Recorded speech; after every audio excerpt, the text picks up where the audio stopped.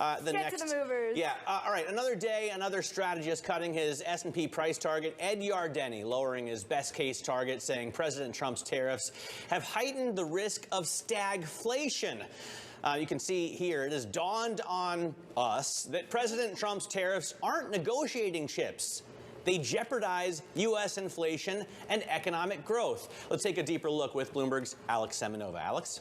Hey, guys. So Ed Yardeni of Yardeni Research, a notable perma bull, is actually scaling back his outlook for U.S. equities for this year. He sees the index going only to 6,400 compared to his previous target of 7,000. And of course, we had Goldman Sachs earlier this week also lower its forecast for the S&P 500. But on the other hand, you have J.P. Morgan cross-asset strategists saying that this correction is actually overdone based on signals from credit markets. Credit markets have been right over the past 2 years on multiple occasions at a time when equities and bonds perhaps overplayed the risk of a slowdown. So that's offering some much needed reprieve from J.P. Morgan compared to what Goldman and Yardeni are saying. Yeah, it's interesting that J.P. Morgan took that stance, because you can look at these markets and say one is right, and it seems like J.P. Morgan is saying it's the credit markets that are right now. But I want to talk about another story that you have out on the wire this morning. I referenced it a little while ago, basically that the buy the dip impulse that has really supported this market for the past 5 years, it seems like it's faded right now, that appetite just isn't quite there, Alex. Yeah, Katie, investors have really been able to flex that dip buying muscle over the past 2 years. In fact, through last July 24th specifically, the S&P posted its longest streak since the global financial crisis without a 2% drop, 356 days. So it was a market that was going up, and investors got comfortable stepping into any pullbacks and being rewarded for it. But anyone who's done that in the past 3 to 4 weeks, as we get these sporadic tariff announcements, has really been punished. As you can see today, of course, we got a bounce yesterday, and we're back down today. All right, great reporting as always. That is Bloomberg's Alex Semenova. And let's keep the conversation going now with Stuart Kaiser. He is Citi Head of U.S. Equity Trading Strategy. And let's start right there. Buying the dip. You actually said late on Tuesday that we are not dip buyers here. You also recommended some tactical trades, but let's start just with that. Why not? Well, I mean, look, why we're not buying the dip, 3 core reasons. Number one is just the assault on kind of core long positions and momentum stocks has just been kind of nonstop for the last 6 weeks. To be fair, Tuesday was probably the best day of the week in our view in terms of market internals, where you had a down S&P tape and you had tech and momentum stocks kind of performing pretty well. But we don't think that sort of position de-risking is 100% done. We do think we're later innings, but we don't think we're quite there yet. Second reason, the Trump and FOMC puts, if they exist, I think are much further out of the money than the market's anticipating. And then lastly is economic data. PPI, I think, is a good example today. Anytime over the last 2 years, the softer inflation prints you've gotten the last 2 days would have been welcomed. The market's worried about growth slowing down now, so they've kind of flipped the script and are reading those softer inflation prints as evidence that demand is softening, as opposed to the good news that might be associated with the easing inflation data. So 3 reasons. One thing that's been difficult for a lot of investors in this market is capturing the low, and then capturing the low in a volatile market where that low kind of keeps changing. What would give you confidence that we've hit that barrier of the pressure really ending in this kind of rotation of selling that is coming from everything from momentum trading to people that just don't think that this is the right time to buy a big tech? Yeah, look, I think there's 2 things. One, on the data side, is really all about the labor market. We did get decent news out of the labor market last week, though the internals of that jobs report were a little bit on the soft side. And second, it's just going to be price action. As I mentioned, I mean, the last 2 days have been positive in the sense that those tech, AI, momentum stocks have traded higher, in particular on Tuesday when they rallied in a down tape. We're going to need to see a little bit more evidence of that. I mean, our trading desk has used the term buyer strike, for most of the last 2 weeks. I would say the last 2 days, we actually have seen some buyers starting to bottom pick a little bit. The problem is a day like today is going to be very, very frustrating for them. Not seeing follow through on yesterday's recovery, I think, is going to make people a little bit cautious about trying to dip buy again. I thought only the bond guys did that, Matt, a buyer strike. Well, if they did, they would be called bond vigilantes. That's true. And that would bring up Ed Yardeni again. He cut his target from 7,100. Was it 7,000? 7,100? It was 7,000. But now it's still 6,400, right? And I think Scott Kroner next year as well. But it's higher still, is my point, right? From here, it's another 15% higher. Scott Kroner also has a target that's another 16, 17% higher, right? Everybody, even those who have lowered expectations for, say, the first half, still have higher targets year end. What gets us there? Is it the TCJA extension? Is it, the end of the tariff war? Does the Trump administration get sensible? Yeah, I think it's a combination of all of the above. I mean, coming into the year, I think you would have argued strong underlying fundamentals, really bad risk reward around those fundamentals because of valuation and Trump policy, et cetera, like that. Sitting here today, what is the kind of key to unlock? I think the next bit of upside would be success in the budget and tax negotiations, I think. U.S. economic data doesn't feel like it's going to get us there. Consumer sentiment has been dented considerably. If you were to get, a budget agreement that had some spending cuts, but also did extend those tax cuts, I think the market would kind of respond really positively to that. If you're hoping tariff wars are going to end, I think you should be patient because I don't think you're going to get, much an end to those negative. But we're not going to get a recession, right? I mean, JP Morgan was out with, I think you sent me the story. Yeah, they said that the stock market is discounting a recession at 33%. Bonds are showing it at 9 to 12%. Specifically the credit markets. Corporate spreads are very narrow right now. Yeah, but the credit market, I'm not sure is the best signal right now for equity markets. The difference today between previous quote-unquote crises would be that who holds the debt, right? This is government debt. It's not really on the corporate side of the ledger. Corporate balance sheets are still really, really healthy and really, really clean. So I think that's why we haven't seen a significant blowout of spreads. That said, flows through our desk the last week have been very, very heavy to hedge in HYG over the next 3 to 6 months. So I think what the bond market is saying is maybe if the equity markets are 33 and we're at 10 or whatever numbers you're using, that gap has to close. And if I'm paying very, very low implied volatility to hedge in the credit space, maybe that's a good value kind of recession protection for me. Yeah, and I was taking a look at some of the ETF flows this morning, and you definitely see a bid coming out of corporates. But you are head of trading strategy. We talk to a lot of long-term investors, and they tell us to calm down. But let's get tactical here, because you recently recommended some hedges in the form of QQQ puts. You also recommended puts on XRT, and then in the bond market, IEF basically calling for calls there. Walk us through how those different hedges fit together. Yeah, I mean, IEF calls is basically the view that U.S. economic growth is slowing, and you're going to get the 10-year yield lower on that. This is an area where we've gotten pushback from clients all year that we actually think lower 10-year yields are negative for U.S. equities, because to get those yields lower, you need negative economic growth to push you there. So if you are of the view that U.S. economic data is going to slow, unemployment rate is going to rise, you're basically positioning yourself for lower 10-year yields. Qs is very simple. That's just simply positioning. If people have to sell, what do they own? They own large cap tech. You might as well hedge that directly. The XRT and potentially small cap, I think, would fit in the same category of if you are worried about consumer sentiment and U.S. growth, then the U.S. consumer has kind of been the white knight of the global economy for the last 10 years at least. So if you were to see real risk there, you want to, again, hedge that, through the retailing side. So it's really, all of these are different sort of varieties based on what you think is the chief risk to U.S. equity markets. The last 6 weeks has been positioning. So I think Qs has worked the best. If you are worried about recession, I think, again, it's 10-year yields lower. Stuart, it is always great to see you. Always a masterclass when it comes to positioning when we speak.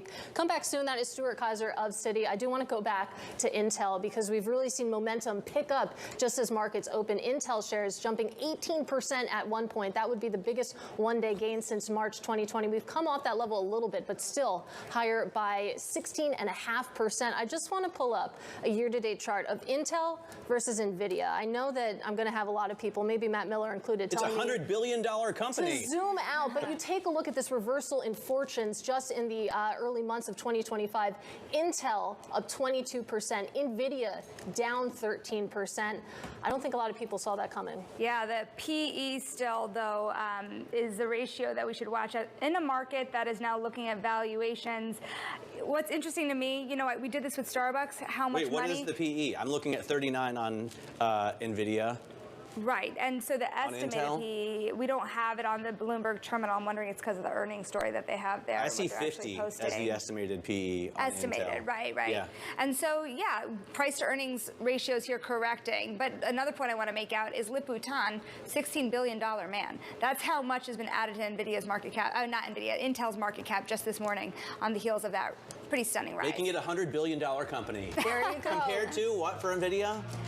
A gazillion? 2.8 trillion. Right, I didn't have that off the top of my head. Pretty staggering. Anyways, coming up, we're going to talk about shelter from the storm. Microsoft snagging a Wall Street upgrade thanks to its consumer exposure.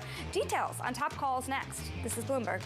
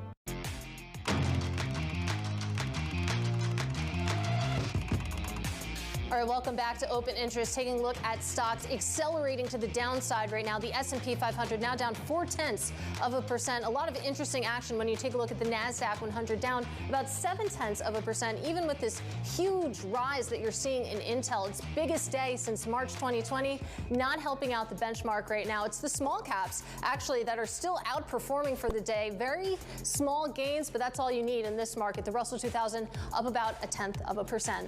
Meanwhile, it's time now for our top calls. Some of the analyst action in focus this morning. And first up, Wells Fargo getting raised to a buy over at RBC. The analyst says that the stock's weakness provides a good entry point.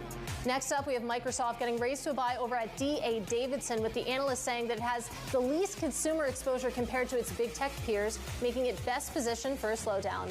And finally, American Eagle getting downgraded to a sell over at Barclays, with the firm citing macro headwinds that are weighing on teen spending.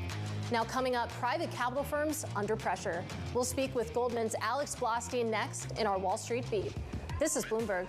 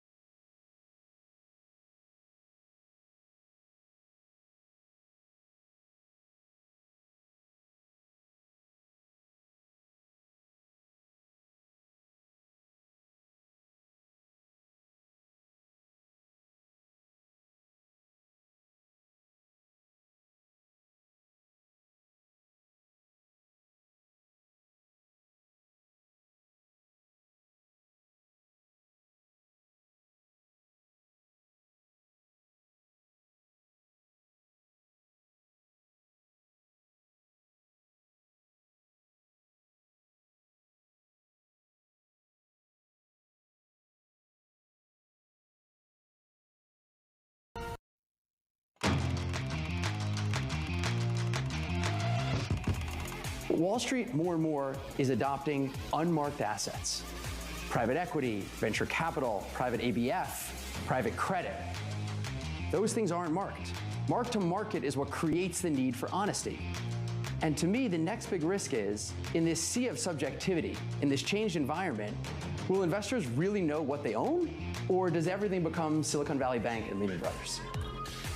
Strong words. That is Jonathan Lewinson of Diameter Capital Partners speaking with me about the next big risk. And that brings us to the Wall Street Beat, because the large alternative asset managers that are publicly traded have underperformed the broader market since the start of the year. And in a recent note, Goldman Sachs senior analyst Alex Blostein wrote that the sharp decline has largely been a function of rising earnings risks to capital market sensitive earnings streams. Alex Blostein does join us now here on set.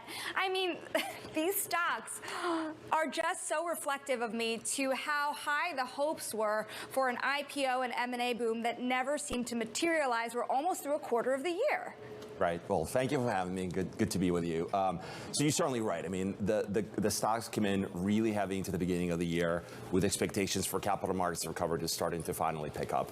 That is not the environment that we're in so far this year. So in the note, one of the things we pointed out is that if you stress the earnings stream for all these companies, there's about a 15% earnings risk to where consensus is for 25, 26. But importantly, these models have also become a lot more durable. And one of the things we keep pointing out to folks is that the management fee streams for these businesses have been growing through effectively every capital market cycle. So when you go back to 2018, 2019, when you look through COVID, when you look at the regional banks crisis, the management fee stream has been very durable, predictable, and growing. That's the part of the model that we're really focused on. Well, I think this note captured a lot of people's attention because private markets are inherently private, and there's a lot of skepticism and curiosity about what it actually looks like. And the FT had a great article about it. And our chart was private credit underperforms. Theirs was in private markets, no one can hear you scream, or something to that effect. So when you take a look at the stock performance, is this really just these stocks coming off after a really hot 2024, or is there something at work in private markets? Yeah, so we don't think there's a systemic risk in private markets. And when you look at how the asset class performed throughout the recessions and throughout the downturns, inevitably there's going to be slower returns, but the asset class has done much better, and actually much better than a lot of the public asset classes. So the thing that we keep focusing on is that the business models for a lot of the alternative managers have evolved drastically. And Sonali, you and I talked about a bunch in the past where the reliance on carry balance sheet income is what's likely going to be most scrutinized. When you look at the other end of the spectrum, and when you look at management fees, when you look at fee-related earnings, we think that continues to grow. And look, the fundraising environment could get tougher because people obviously expect to get some of the capital back. That could slow down some of the fundraising. But when you look at some of the larger addressable markets, whether it's the wealth channel, whether it's the insurance channel, that all continues to grow. I can understand there's no systemic risk now because, you know, these are the smartest people on the street that are putting these deals together. We talk with Lewinson, we talk with Lipschultz. You know, these are very intelligent dudes. But if the popularity of these products grows, right, the underperformance year to date notwithstanding, does that present a risk? You know, do regulators or does somebody have to step in and make sure that this market doesn't get so popular that they're lending money to everybody? Right. So let's unpack that a little bit, right? So the risk that people will mostly talk about is on the wealth side. And that's probably what the regulators will be most concerned about. That space has been growing rapidly, but put in the context, it's about $300 to $400 billion in assets as a whole. So in terms of the size of the market, the size of the kind of other invested product, it's actually still quite small, with the average allocation towards private strategies within wealth still running in kind of like a low single-digit rate, right? So in terms of the amount that's at risk, it's actually still quite manageable. The problem becomes when it comes to liquidity. And when you don't have liquidity in the system, and when you have a lot of withdrawals from these funds, that's where it becomes an issue. That really hasn't been the case, and obviously there's a 5% limit for a bunch of these funds. So unlike traditional funds, you can't get your money out as quickly. Right. So, unless you have Apollo backstopping you. Right? well, yeah, we'll talk more about that. But you know, the size of the drawdown you've seen this year, Apollo, KKR, Blackstone, all down 20% or more.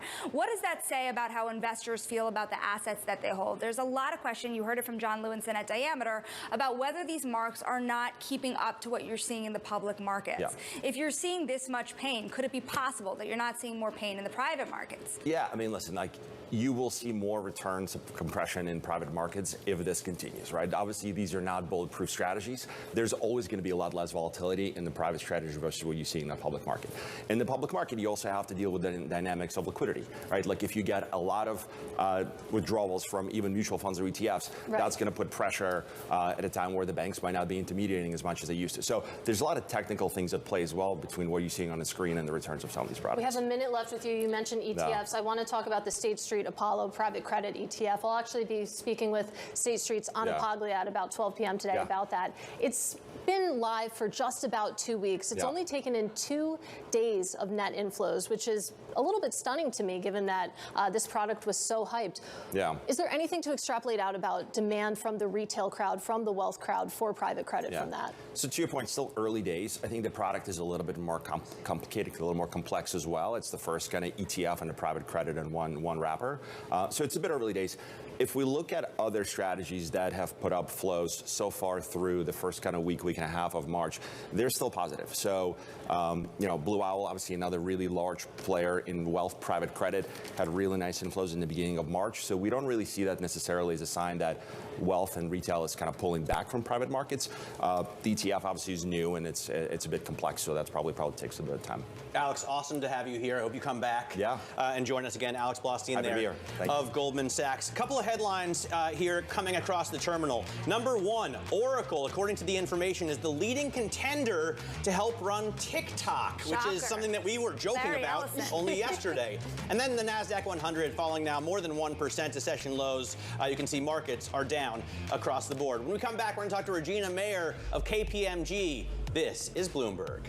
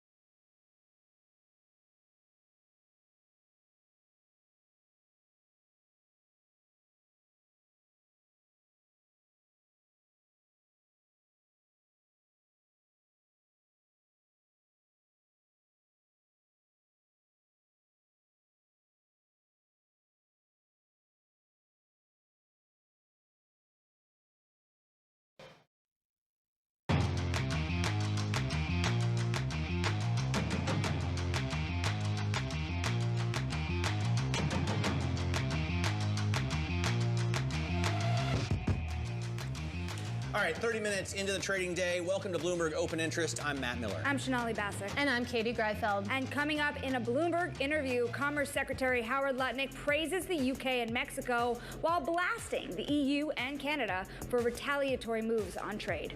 Meanwhile, a government shutdown looms. Senate Democratic leader Chuck Schumer says his party would block a Republican spending bill. And Tether emerges from the shadows. The CEO of the world's biggest stablecoin, fresh off his visit to Washington. He'll join us in just a couple minutes. All of that and more coming up. But let's take a look at these markets really falling out of bed right now. The S&P 500 down 0.8%. The NASDAQ 100 is where the pain is being felt, down 1.5%. Your biggest loser on a points and a percentage basis is Adobe right now. But you also have Amazon falling, as well as Meta, Tesla, Nvidia, Palantir. The list goes on. Unless something changes fast, it's going to be a very ugly week for these indexes, falling an ugly week to start March. And then you take a look at the 10-year Treasury yield. The bond market's not really acting as a haven right now. Actually, bonds selling off a little bit. The 10-year Treasury yield, Shonali, still above 430. You know how I feel about this. We are off that 420 mark. We are back to 430 levels. We have gone lower. Now we are edging a little higher again. I want to know the floor. I just want to know the floor, everybody. But on stocks, I mean, we're getting ever closer to Mike Wilson's 5,500 level, Yeah. right?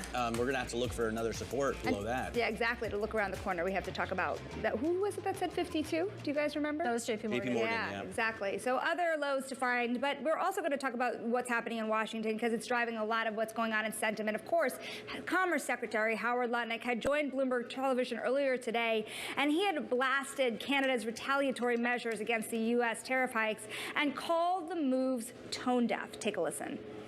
Take a step back. National security, we put a tariff on steel and aluminum to make sure the dumping countries of the world stop and we can build up our steel and aluminum in America. And what does Canada do? They put a tariff on sports equipment. I mean, really, this is just, it's tone deaf. Listen to the president. National security matters when he calls out things like semiconductors. He calls out pharmaceuticals. He calls out autos. These are things that matter to us as a country. And if you're going to respond to us with sports equipment, you're just not listening to President Trump. Secretary Lutnick, how much are the conversations today actually about bringing up the negotiations when it comes to USMCA? Well, USMCA, we set aside USMCA. So the United States made a deal with both Mexico and Canada that said if you have enough U.S. content in certain products or it's actually made domestically, they can trade between our countries tax-free. That remains intact. What is outside of that is both things that don't have that American content that are imported from other countries.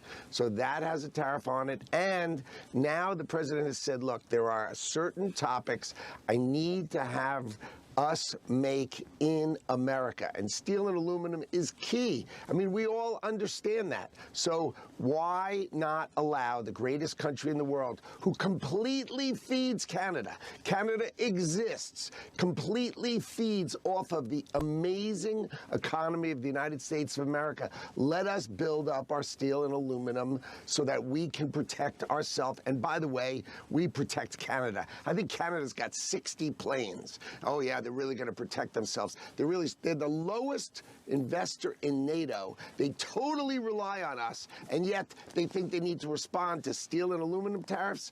I mean, everybody is so used to picking off America, so used to it that they can't even stop. Donald Trump is here to say we need to be treated fairly, and we need to be treated fairly now.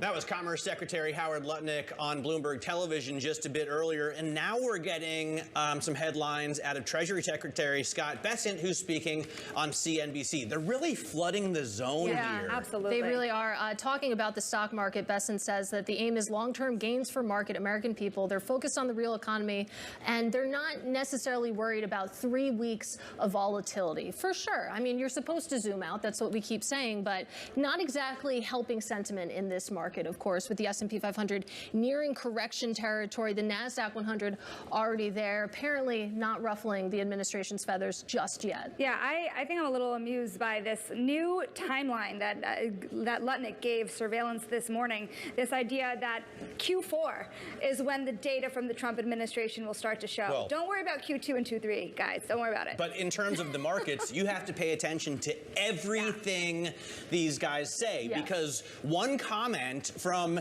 any secretary on any network could turn the market around or accelerate the direction it's going in. So but that's what we see right now. Keeping an eye on the prize, right? Keeping an eye on what those lows are, keeping an eye on the flows. Of course, if you're a long-term investor, also you've got to have some resolve. But if you're a trader in these markets, and a lot of people who have Bloomberg television on right now are traders. And for better or worse, when we're trying to determine where the bottom is, whether it's at 5,500, 5,200, you do have to pay attention to what the administration is saying. 4,000? Who was saying 4,000? A huge, wasn't that Kalanovic? Yes, it was in a tweet, I believe. Yeah. All right, let's talk to Regina Mayer right now. She is the global head of clients and markets over at KPMG. And, you know, there is, Regina, this this kind of dichotomy, right? If you're a long-term investor, you might want to try and figure out a way to get signal out of noise. If you're a trader, you have to watch every single headline that comes out of Treasury, Commerce, or whatever Donald Trump is doing in the Oval Office. How do you deal with this? Well, I think when you think about the C-suite of corporate America, they are the long-term thinkers as well. So they need to think about long-term investments because they're making capital allocations that could be 5, 10, 15 years from now. So I think they're really struggling with some of the uncertainty and volatility. Some of the data points that I'm tracking, the Global Economic Policy Volatility Index is at an all-time high, beating the pandemic peak. The US version of that index is at the second highest level. We did get some really interesting or positive inflationary results, but we expect that real GDP, the economists are predicting it's only going to grow by 1%, which is less than half of Q4 of last year. So we're seeing a slowdown. We're already seeing wholesalers increase intermediate prices, which will have an inflationary impact. And what my C-level clients are telling me is they just are craving certainty. I think the traders can thrive on volatility. I think long-term investors are trying to weed out the noise from the real signals. And that's what it's like to be a CEO in America today. Right. The signals coming out of Washington, how do you pay attention to exactly what matters in terms of the rhetoric coming out of the Trump administration? Another headline from Bessent this morning as well was on the government shutdown. He says that it would be incredibly disruptive, and he's not the only one that feels that way, particularly with DOGE, Regina, when you think about how many people are being laid off from government jobs already. How does the rhetoric in Washington, that push-pull between what's happening with the U.S. budget, creating uncertainties that actually might not be day-to-day, that could be longer term? Absolutely. And I think that's where industry is trying to head. We want to have a better understanding of what is the strategy. So we can deal with tariffs. We can deal with changes to DOGE. We can deal with rulemaking and regulatory policy. But we just need to know what it is and what direction are we going in. And I think that the movement back and forth and some of the switcheroos of day to day it's this and the next day it's that is creating market uncertainty, which is damaging consumer confidence as well as investor confidence, which we will probably see trickle into the economy. There are some really positive signals, right? Some of the executive orders that are now moving into agency rulemaking on deregulation are being embraced by many across the business community. You even see the EU responding with its omnibus legislation to really slim down some of the climate change regulations with CSRD and CSDDD, the alphabet soup of regulations they were facing. That's all going to be long-term positive. And I think the C-level clients that I've been interacting with are trying to stay focused on that and trying not to react to the day-to-day. One very senior financial services executive, I think he's taking it upon himself personally to try to calm everybody down. It's the equivalent of everybody just calm down. Regina, how reliable is that alphabet soup of gigantic European bureaucracy? You know, we hear even from progressives in Germany that they want the EU to calm down a little bit, to dial it back in terms of the ESG regulation specifically. can you bank on that staying in place if you're a CEO, or can you start to spend less money on that? We definitely think it's a lot more pragmatic now, and they've delayed some of the timelines for implementation. So it's a lot easier to figure out exactly what you need to do. The number of data points that you have to report against has been radically reduced. The timeline for compliance has been lengthened. The number of companies that it will affect has been reduced by 80%. So I think that's bankable. And there's a level of pragmatism that's coming into the whole conversation, including in the sector that's in my backyard here in Houston, big event this week. All of the permitting regulation, there's a lot of positive momentum in many industries that we're going to have a pragmatic approach to what do we need to assure good outcomes, but also make it easy to implement and not capital intensive.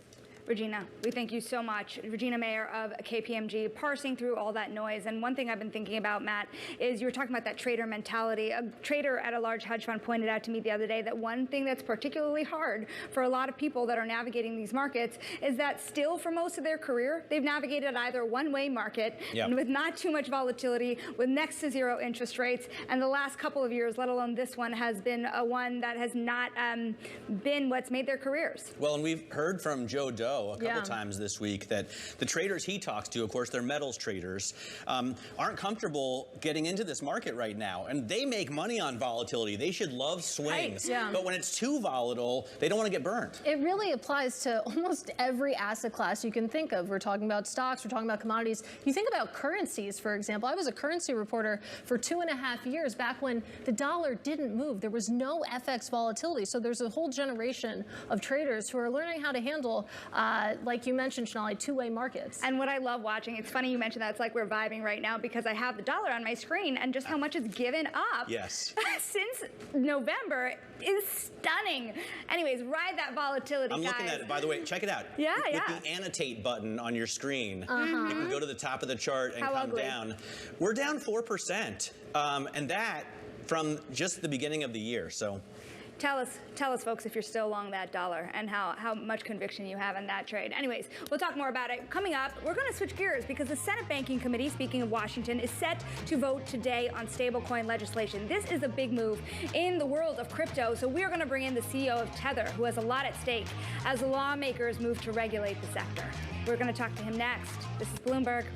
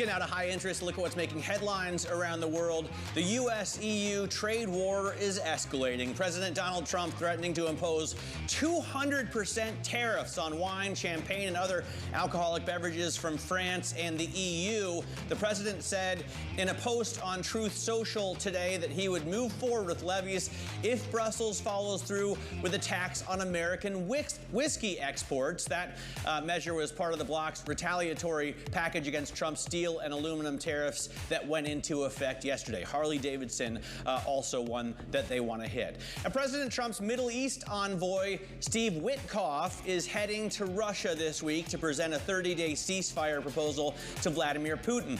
The U.S. agreed an accord with Ukraine to lay the groundwork for an end to the war, at least a ceasefire, after talks between both sides in Saudi Arabia. Bloomberg reports Putin will probably agree to the truce eventually, but may drag out negotiations to ensure that he wins concessions made first. And the two NASA astronauts stuck in space will have to wait a little bit longer to get home. A launch pad problem caused SpaceX to delay a flight to the International Space Station, which was intended to retrieve those two. The new crew needs to get to the ISS before Butch Wilmore and Suni Williams can head home after being in orbit for 9 months. Shonali. Now we're going to go away from space and back to reality here on the ground and down to Washington, D.C., traveling a lot around the planet. Anyways, the Senate Banking Committee today is set to vote on regulations for stablecoins. The bipartisan deal is aiming to protect consumers and expand financial inclusion. The opposing arguments say the bill falls short of meeting those goals. For more, we're joined by Paolo Ardoino. He is CEO of Tether, which is the world's largest stablecoin issuer here. He joins us fresh off of a visit to Washington. When you looked at the movement, arguably the stablecoin bill, the rulemaking around it, is one of the biggest things to happen in the world of crypto in the United States. What do you think this bill ultimately does? To the extent that it gets passed, what does it unlock for you? Well, first of all, thank you very much for having me. This bill will unlock very much clarity on the stablecoin role for the future of the US dollar hegemony and how it should be managed in a very safe and serious way.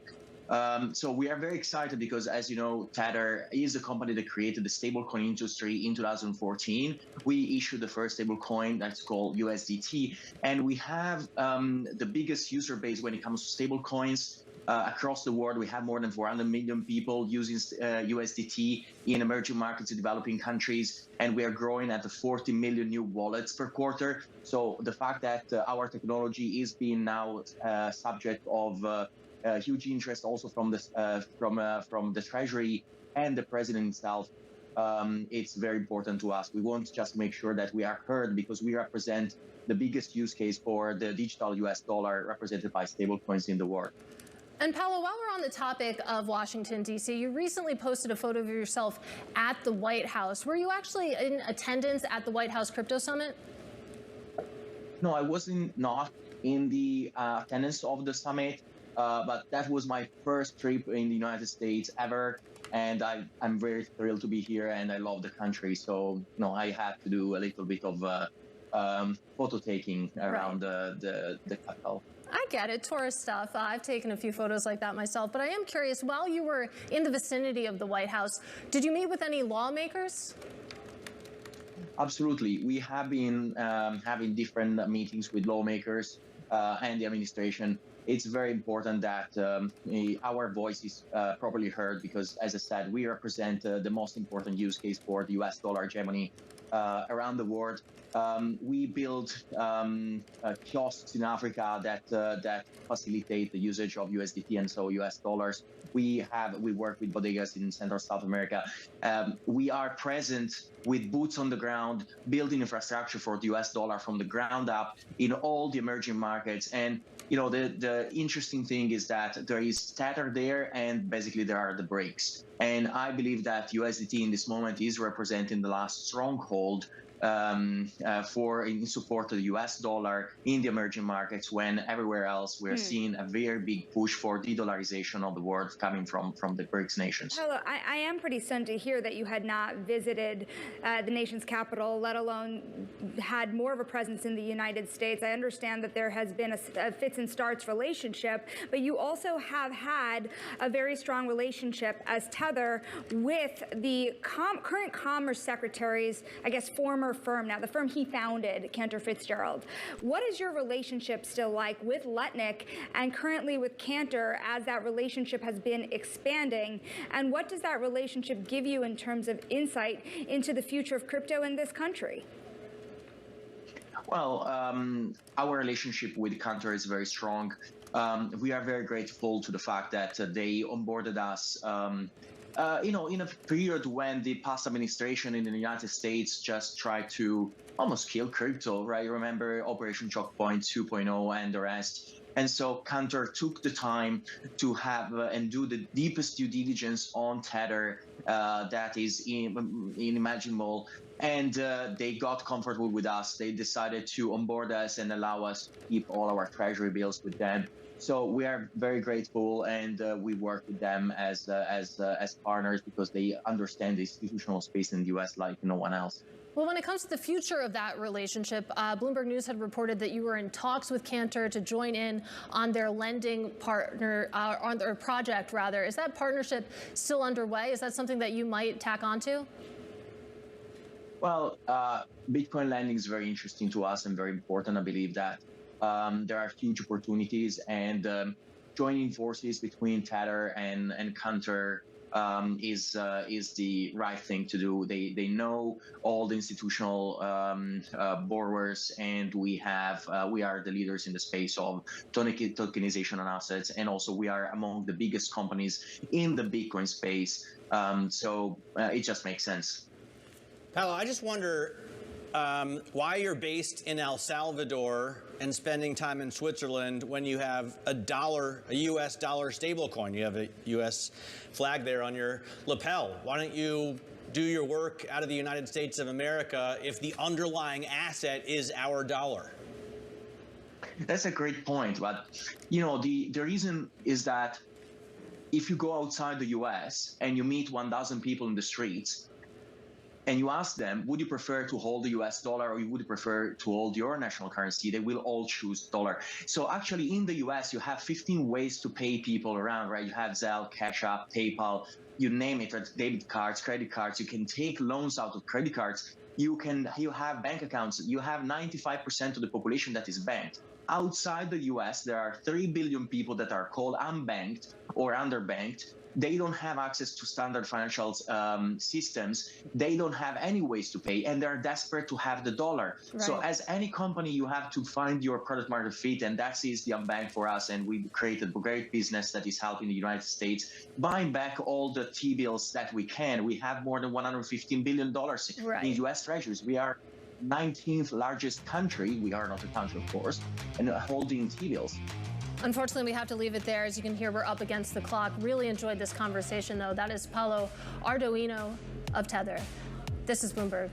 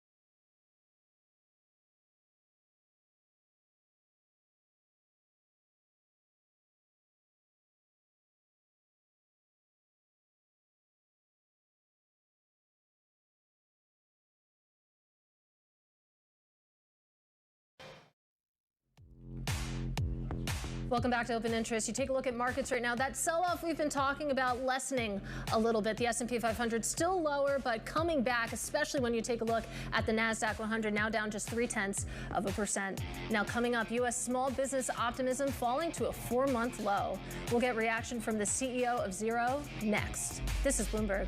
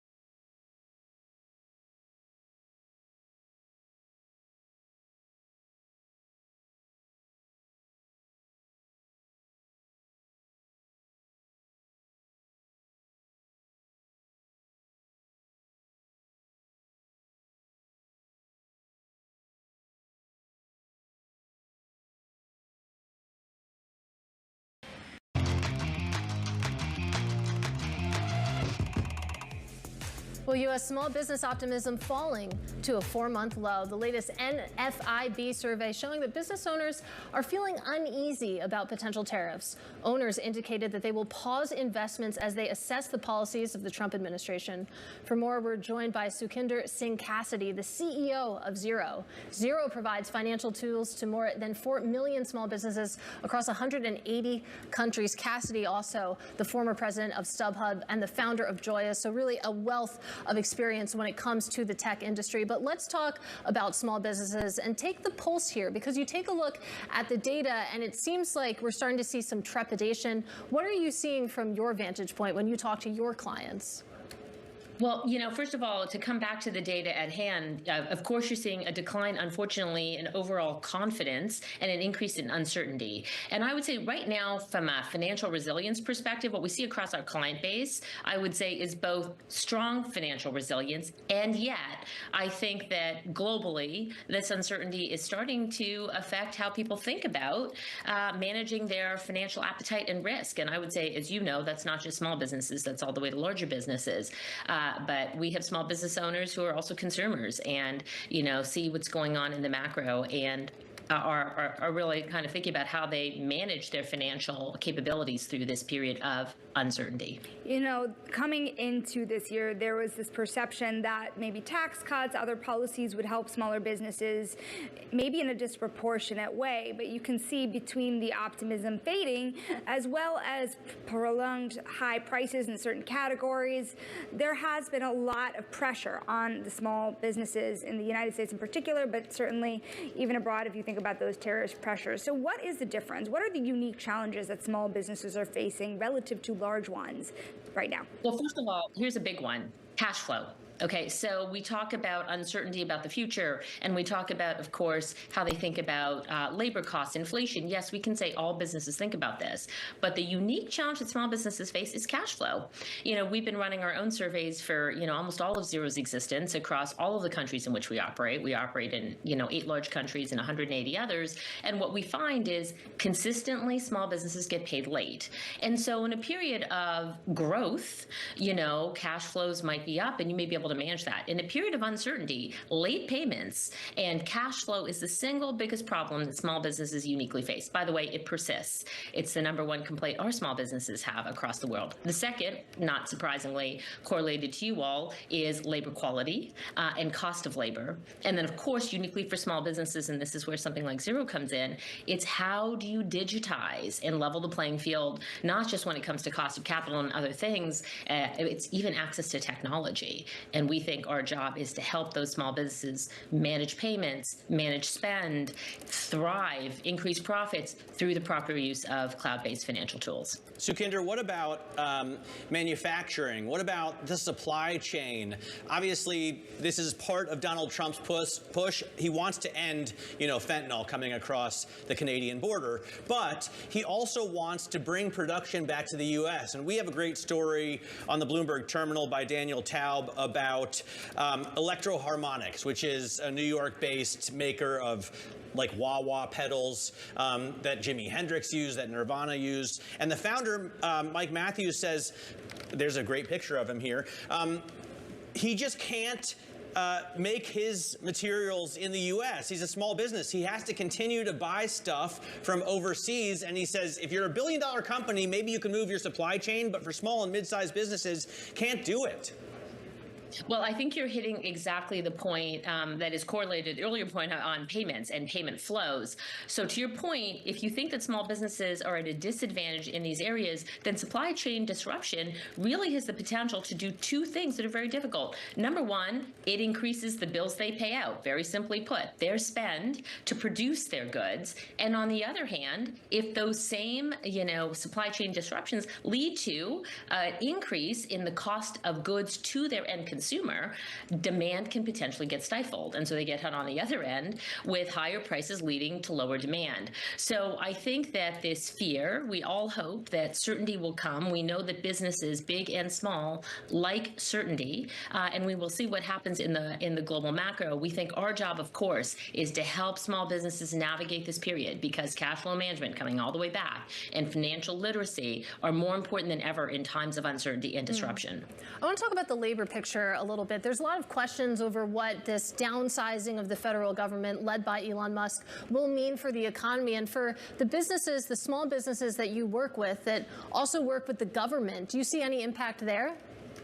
Well, I think there are two potentials. Now, first of all, as we talked about, I think many small businesses have hoped that this will be a deregulatory environment. Let's see what happens on the tax side longer term. But if you think about the other thing that they may be affected by, it is many of them have government contracts. And so I think as the government sort of becomes more efficient, and look, many business leaders are, and I would say nationally, many Americans are fans of obviously smaller government. But when we look specifically at the potential for small businesses to lose government contracts, that may be another area of concern that they need to watch. When we think about what is happening in Washington and the ripple effects there are massive, you worry about a potential shutdown, you worry about changes in tax policy and how it would impact small business in particular, you worry about hiring, you worry about inflation.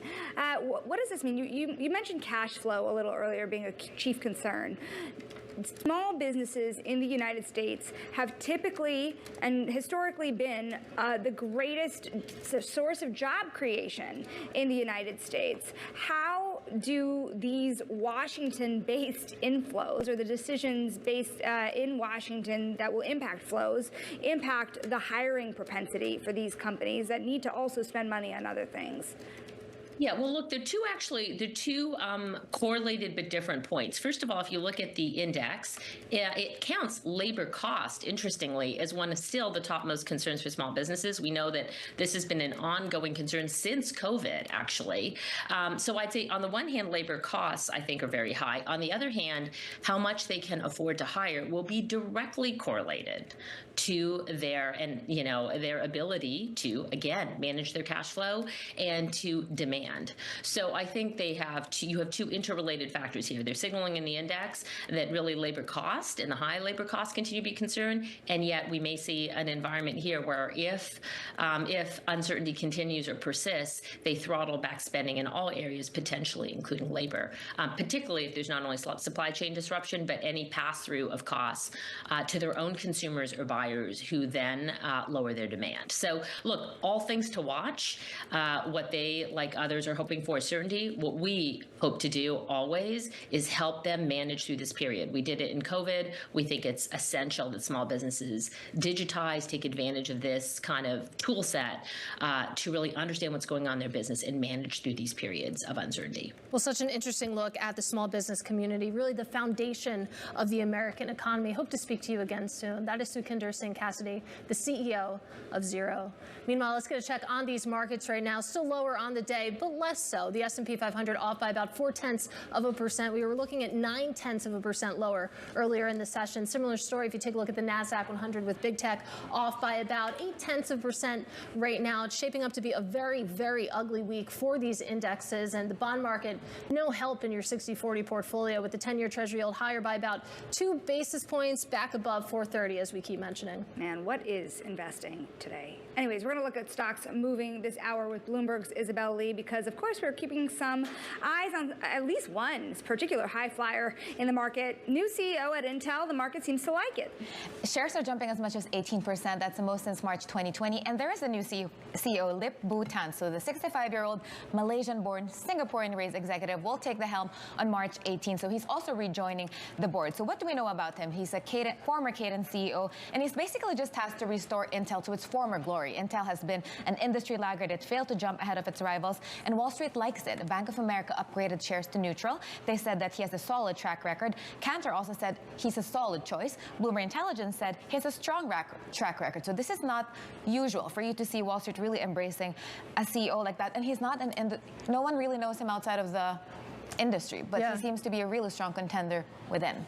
Right. Well, it's like someone said, if he can't do this job, no one can do this job. And I have a feeling maybe no one can do this job. Well, we'll have to see. He also has a rich history with Intel. He resigned from the board in August 2024, and he's back already. So there you have it. Let's talk about American Eagle. Those shares are getting hit today, and I'm looking at the ticker. Price targets are getting cut at JP Morgan, TD Cowen, Telsey, UBS. The list goes on. So what's wrong at American Eagle? It does go on. So the retailer's forecast operating income missed estimates. So again, it's an example of how weak forecast overshadows an earnings beat. So get this. So the operating income they predict for the first quarter of next year is 20 million to 25 million. The estimate is 85 million. And the capital expenditure they expect is 300 million. The estimate is 232 million. But their results right now, net revenue came in line with estimates and etc. But still, it's really the outlook. And we have Bloomberg Intelligence pointing out that they source almost 19% of their finished goods from China and 20% from Vietnam. So they're also probably concerned about tariffs and the implications for their company. Yeah, more bad news for those shares, down about 31% on a total return basis year to date today. Obviously isn't helping, but let's end with a happy note. Let's talk about Dollar General actually managing to put up some good numbers, and you can see the stock reacting as well. Which in itself is concerning, by the way. I know. No, I'm smiling because I've never been to a Dollar General, and before I stepped here, I Googled Dollar General in Manhattan, and there are only 3, I think. So I'm justifying my behavior. But there are Dollar Generals on Manhattan, on the island? If I'm Googling correctly, I we should saw. go. Interesting. But, field trip. Anyway, so the retailer predicted sales to grow, and within a higher range of what's estimated, the company said comparable sales will will gain as much as 2.2%. That's in contrast to the 1.8% estimates. And it's really interesting because we know that big box retailers like Dick's Sporting Goods and Macy's have really struggled, including Walmart. But then we have the company saying they plan to open 575 stores this year, topping the 20,000 they did last year. You know, guys, we were talking about small businesses. I've been looking at Dollar General and Dollar Tree, both over on a year-to-date basis. Dollar General now up on the year, while the S&P is still down. But on a one-year basis, I think it really just shows you how much concern there's been around the lower-income U.S. consumer, because even the dollar stores have been struggling. I mean, just check that out. It looks ugly. It's all, by the way, concerned about the higher-end consumer as well. It's across the kind of wealth spectrum. You're seeing bank balances that are lower year to date or over the last 12 months than inflation-adjusted 2019 levels. You're seeing wage growth that's slowed for all income groups, according to the Fed of Atlanta. And you're seeing inflation-adjusted debt going higher than pre-pandemic levels. So, well, the question for investors increasingly is who benefits from the trade down? You are seeing that trade down materialize once again. Cui bono, Walmart Katie. for a while. Cui bono. I don't know what that means. That's who benefits in Latin. Okay, that's cool. All right, we learning a lot here. We'll go to Dollar Pizza also after. Oh, yeah. Dollar Good Pizza? point. Would buy stock in that. Anyways, Isabel, we thank you so much for your time here. And Matt, coming up, we've got... 5 years ago, leaders had to make a tough call on how to handle the pandemic. In today's Wall Street Week, we'll take a look at the international response to COVID-19 when they shut down the global economy. This is Bloomberg.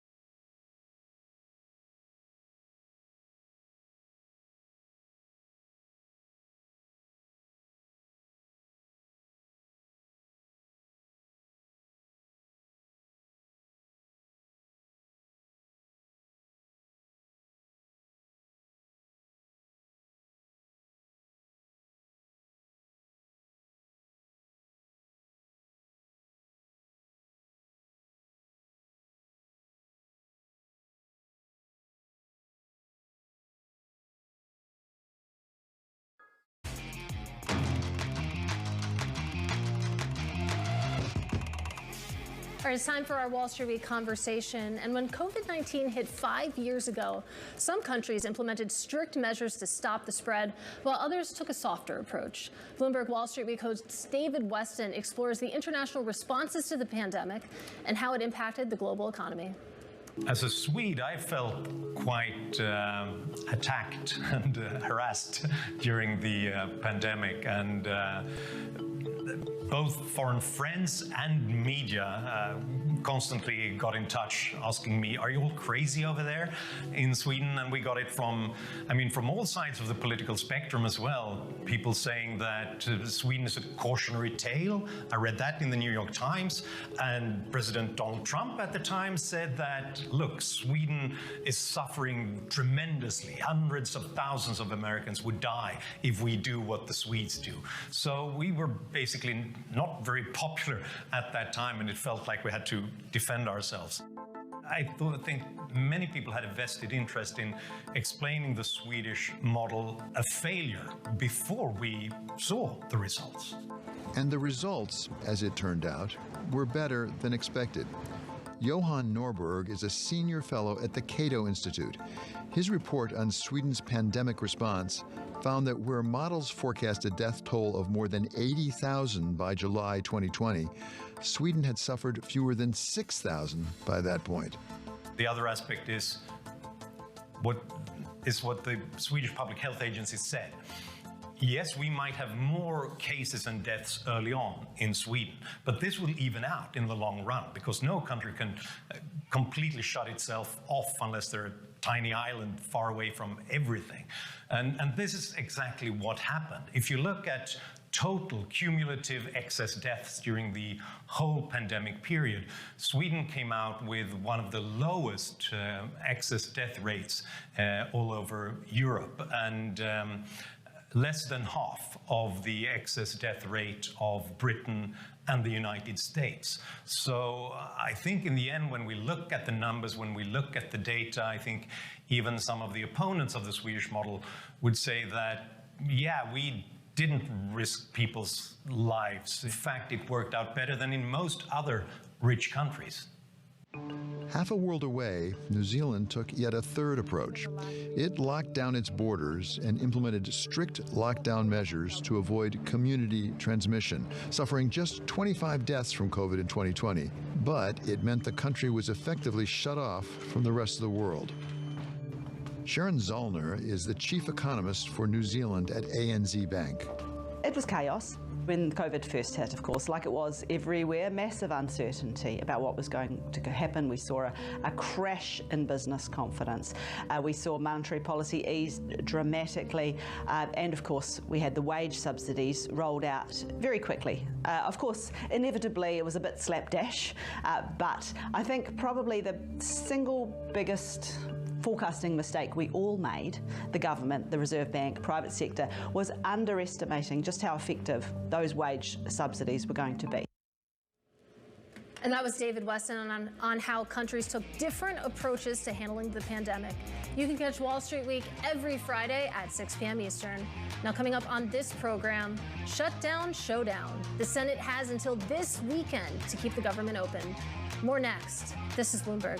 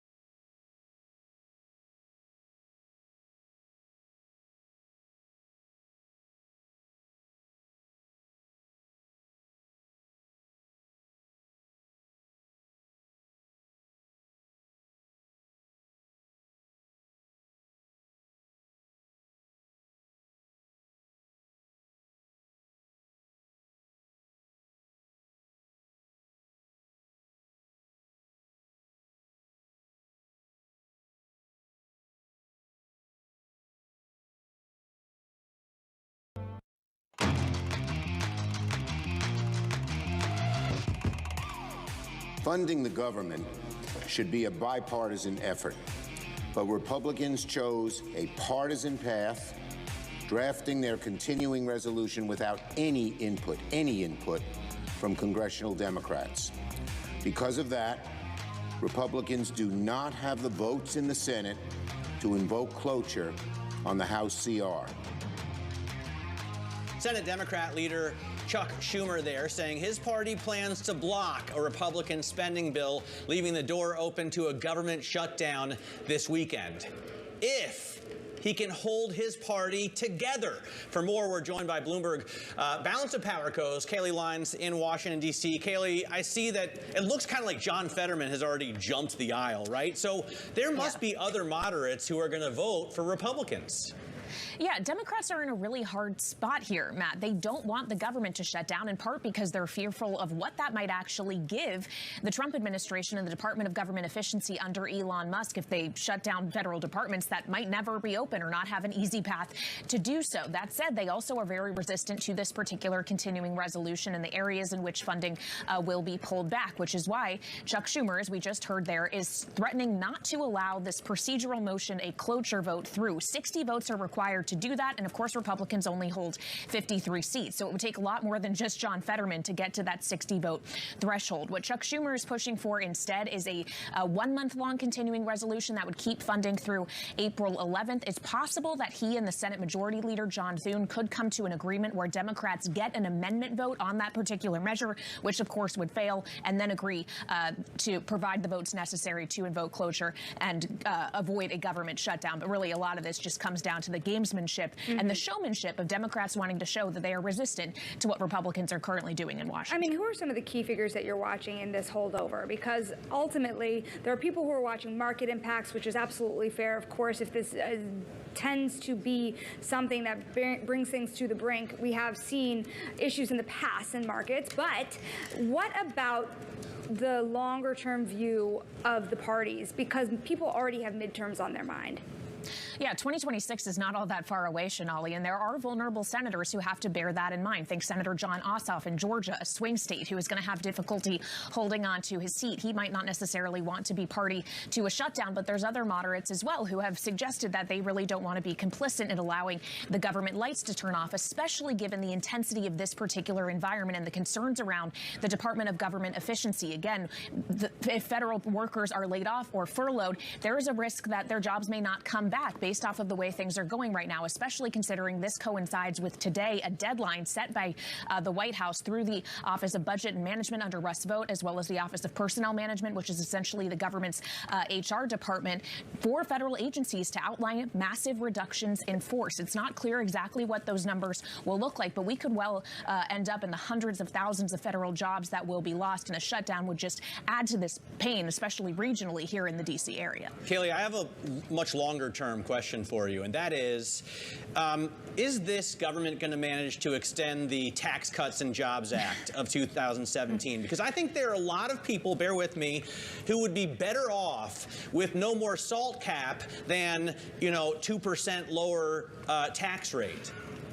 Well, Matt, the SALT cap is one of those things that makes that answer to that question very tricky, because this is going to be difficult to do, because Republicans are planning to pass the tax package along with the funding they want for the border and energy policy through just a party line, a budget reconciliation vote. They would have to have effectively every single member of the Republican conference in the House specifically vote for that. Only one vote realistically might be able to afford to be lost. And it's very hard to reconcile all those different differences. The idea that people from states like New York or California, Republicans there, do want to see the SALT cap lifted. That's not necessarily popular everywhere. This is going to be a tough battle, and it's likely going to require some arm twisting from President Trump, who is necessary to just pass this continuing resolution. To be clear, Matt is asking for a friend, and his friend is named Matt. Kailey Leinz, it's great to see you. That is Kailey Leinz joining us from Washington. That does it for Bloomberg Open Interest. We'll see you tomorrow on Friday. This is Bloomberg.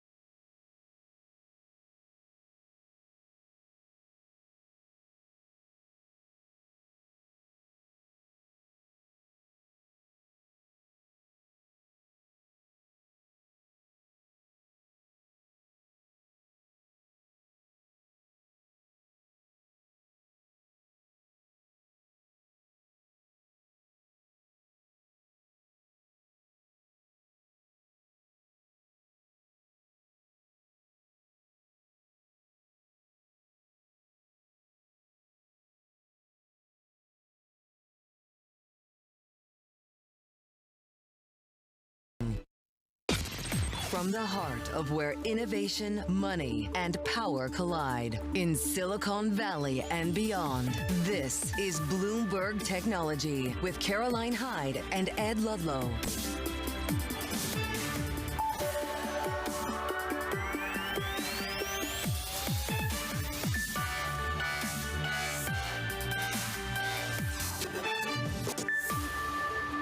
Live from New York, I'm Caroline Hyde. And I'm Jackie Davalos in Washington. This is Bloomberg Technology. Coming up, the FTC is charging ahead with the Biden antitrust probe of Microsoft. We'll discuss what this means for Trump's new FTC chair and his scrutiny of tech giants. Plus, Intel shares jumping following the news of a new CEO tasking Lip-Bu Tan with restoring the company's fortunes after a slump in earnings and market share.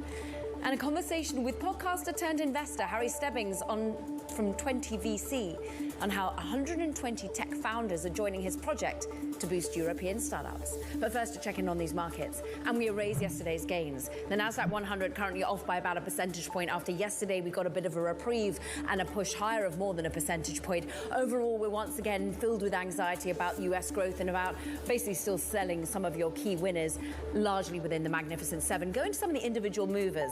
Look, the earnings flow still not living up to expectations. I'm looking at Adobe down, crushed another 11%. This is how their fiscal first quarter delivered 10% growth in revenue and lived up to expectations. But the current quarter that we're operating in, the guidance not good enough. The full year guidance remaining the same. Analysts wanted more. Many cut their price targets. Intel, though, soars on the back of a new CEO. Lip-Bu Tan returns. He was on the board before, and of course, he did that turnaround at Cadence. We'll dig into that in a moment. But Microsoft just up by about 0.2%, but is contributing to the points decline on the Nasdaq 100. But what does it mean that the FTC is looking into that anti-competition analysis? Microsoft Bloomberg reporter Josh Cisco is with us. You look at Microsoft from an FTC and anti-competitive concern area here, Josh. What is it that the FTC is doing? Because we all thought a new Trump administration would mean maybe less scrutiny on tech giants. It doesn't seem to be the case. Well, I mean, from the beginning, since before Trump took office, both himself and his allies have made it pretty clear that tech is going to be a key focus of their enforcement and regulatory efforts. We're still a little sort of uncertain about how exactly that will play out, but this is the fact that they are picking up this investigation and carrying it forward from the end of the Biden administration is a major sign that they're going to keep an aggressive stance against the tech sector. Josh, remind us what other cases this FTC commissioner is inheriting from the Biden administration, because this could potentially offer clues as to how those might result in as well. Yeah, so he's got a bunch of stuff both on the competition, antitrust, and sort of the consumer protection side as well, that the agency does both enforcement in both areas. They're going to trial next month against Meta in a case that was first filed actually in the initial Trump administration in December 2020 to break up Meta, and that's finally going to trial in April. That was sort of filed at the end of Trump's first term, and then FTC chair under Biden, Lina Khan, she carried that forward. They also have a lawsuit against Amazon that could potentially lead to major divestitures of Amazon's business. That's not going to trial for about 1.5 years. There's another lawsuit challenging Amazon's Prime subscription business and how the FTC says it doesn't allow consumers to cancel easily. Those are just a few of the big ones. Yeah, and interesting that resources is an issue is why they delay the Amazon investigation, Josh, that you've been reporting on. But the context here is one where also the DOJ seems to still be going after that Google investigation and some of the really pretty tough remedies that they're eyeing to ensure that Google doesn't seem in some way a limitation on competition. From the context of overall this administration, it looks as though big tech is not getting off the hook here, particularly when it comes to AI. Yeah, I think that's true. I mean, some of the regulatory stuff around AI safety and other guardrails, that's a little bit sort of up in the air, but I think they've made it clear so far that they want to see more than 2 or 3 companies sort of dominate the technology, from NVIDIA and chips to Microsoft and OpenAI and sort of more end user applications, it is, I think, at least for now, going to be a major focus. That's Bloomberg's Josh Cisco. Thanks so much for joining us. For more on Microsoft and the broader tech market, Rishi Jaluria, RBC Capital Markets Software Equity Research Managing Director, joins us now. Rishi, this isn't the first time that Microsoft is dealing with a more strict FTC. Is this latest development spurring you to kind of change the risk calculus that you were embedding in your modeling for the coming year, or are you mostly brushing it off? Yeah, and thanks so much for having me. Look, I don't want to say I'm brushing it off, but I do feel like the potential impacts, we've been prepared for this. This is something that has been talked about for a while. And remember, I mean, Microsoft obviously historically under Bill Gates and later Steve Ballmer had gotten themselves